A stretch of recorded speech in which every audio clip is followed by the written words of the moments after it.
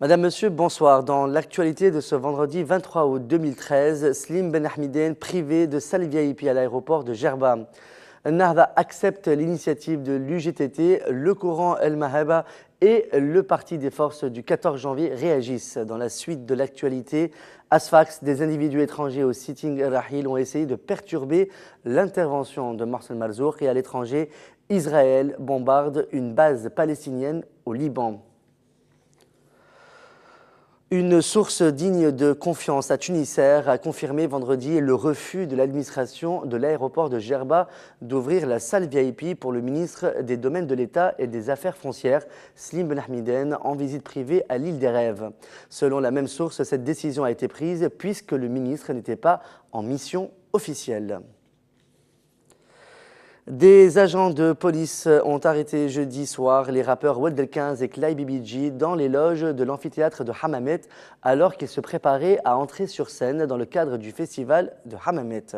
Selon des sources sécuritaires, les deux chanteurs ont été libérés et comparaîtront bientôt devant le ministère public.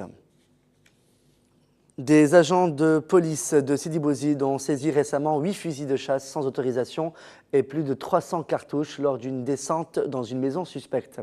Cette descente a été motivée par des informations faisant part de la présence d'armes dans la région.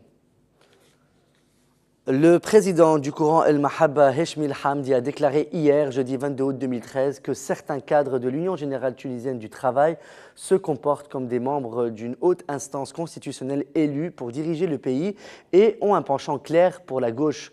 Dans un communiqué publié jeudi, le courant El Mahaba a signalé qu'aucun parti ou syndicat ne peut marchander avec le droit du peuple tunisien de choisir ses leaders. De son côté, le parti des forces du 14 janvier 2011 a expliqué que l'aval du mouvement Nahda à l'initiative de l'UGTT reste dépendant de la mise en œuvre de tous les points de cette initiative.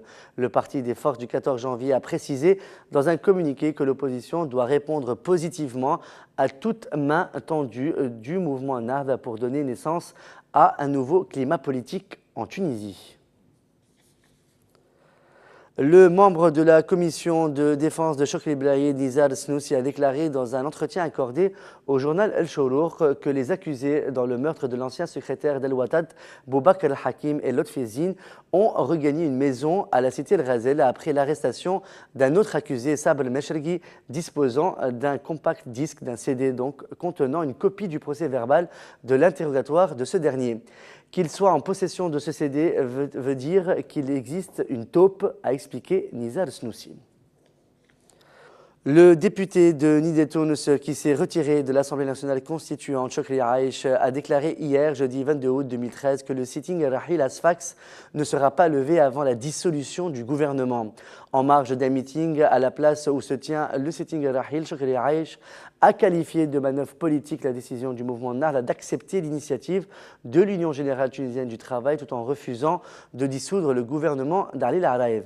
Chokri Aïch a signalé que des individus étrangers au sitting Rahil ont essayé de perturber l'intervention du dirigeant Annie Detous Marcel Marzouk à Sfax.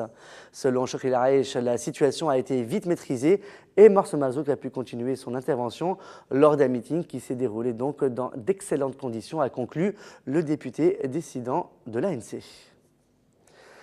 Dans l'actualité internationale, l'armée israélienne a annoncé avoir bombardé vendredi matin un objectif terroriste au Liban en riposte au tir de roquettes jeudi contre son territoire, le Front populaire de libération de la Palestine, le FPLP, indiquant de son côté qu'une de ses bases a été prise pour cible. Un porte-parole du FPLP, commandement général, a déclaré à la chaîne libanaise El Manar, proche du Hezbollah, qu'un missile avait frappé sa base à Narmeh, une ville située entre Beyrouth et Saïda, sans faire selon lui de victimes ni de dégâts majeurs. D'autre part, au moins 20 personnes ont été tuées et 35 blessées dans deux explosions qui ont secoué vendredi Tripoli, la grande ville sunnite du nord du Liban, une semaine après un attentat sanglant dans la banlieue chiite de Beyrouth, selon un responsable des services de sécurité, alors que les télévisions locales montraient plusieurs véhicules en flammes, des hommes transportant dans leurs bras des blessés et des devantures d'immeubles totalement détruites. La première explosion s'est produite dans le centre, près de la maison du Premier ministre sortant Najib Mikati, qui ne se trouvait pas dans la ville, selon les services de M. Mikati. La deuxième a eu lieu près du port de cette grande ville, en majorité sunnite, non loin du domicile de l'ancien chef de la police Ashraf Rifi, selon une source de sécurité. C'est la fin de ce flash de l'actualité sur Tonos TV. Merci de votre fidélité. On se retrouve demain soir pour un nouveau flash.